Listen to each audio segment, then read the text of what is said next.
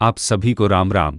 हिंदू पंचांग के अनुसार आज 8 नवंबर 2025 विक्रम संवत 2082 कार्तिक माह के कृष्ण पक्ष की तृतीया तिथि और दिन शुक्रवार है। तृतीया तिथि सुबह 7:32 तक, उसके उपरांत कृष्ण पक्ष की चतुर्थी होगी। राष्ट्रीय स्वयंसेवक संघ के प्रमुख मोहन भागवत ने कहा है कि जब भारत अपनेपन का विचार दुनिया भर को सिखाएगा तब जाकर वह विश्वगुरु बनेगा। चीन के सरकारी मीडिया के मुताबिक चीन के राष्ट्रपति शी जिनपिंग की मौजूदगी में हुए एक बड़े समारोह के बाद चीन का अब तक का अपना सबसे एडवांस्ड विमानवाहक युद्धपोत फुजियान अपनी सेवाएं देना शुरू कर चुका है। यूरोप में नौकरी का झांसा, बेंगलुरु में फर्जी एजेंटों पर लाखों रुपए ठगने का आरोप। सोने की कीमत 21 दिन में 10,774 रुपये घटकर आज 1,20,100 रुपये प्रति 10 ग्राम पर आ गई है।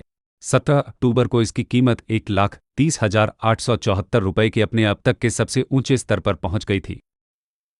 भारतीय तेज गेंदबाज मोहम्मद शमी की पत्नी हसीन जहां को सुप्रीम कोर्ट ने फटकार लगाई है।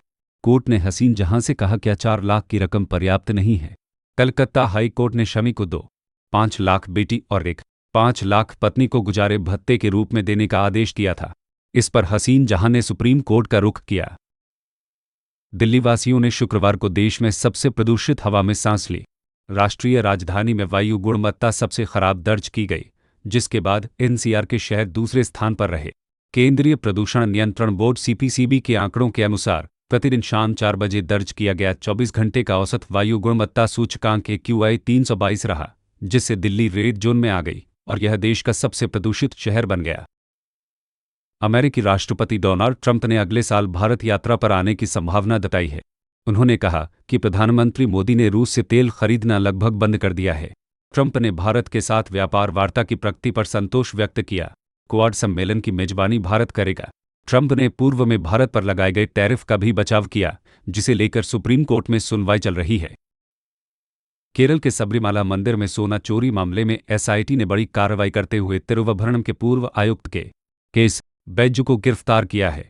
बैजू पर आरोप है कि उनके कार्यकाल में द्वारपालक मूर्तियों के सोने के आवरण हटाए गए थे और वे महत्वपूर्ण समय पर छुट्टी पर थे, जिससे चोरी की आशंका बढ़ गई।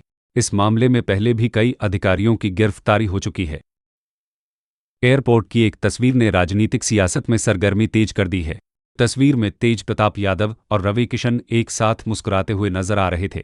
पत्रकारों के सवाल पर जो जवाब मिले वह राजनीतिक लोगों को असहज करने के लिए पर्याप्त है। सुप्रीम कोर्ट ने पूरे भारत में शैक्षणिक संस्थानों, अस्पतालों और सार्वजनिक परिवहन केंद्रों से आवारा कुत्तों को पूरी तरह हटाने का आदेश दिया है। कोर्ट ने कहा कुत्तों को शेल्टर स्थल में भेजा जाना चाहिए और उन्हें वापस उसी स्थान पर नहीं छोड़ा जा सकता। शेयर बाजार के दोनों प्रमुख सूचकांक निफ्टी और सेंसेक्स कल यानी 7 नवंबर 2025 को लाल निशान पर बंद हुए। सेंसेक्स कल 94 अंक की गिरावट के साथ 8,33,216 के आसपास बंद हुआ। वहीं निफ्टी 17 अंक की गिरावट के साथ 25,492 के आसपास बंद हुआ। आज की खबरों में बस इतना ही। बहुत बहुत धन्यवाद। आपका दिन शुभ रहे।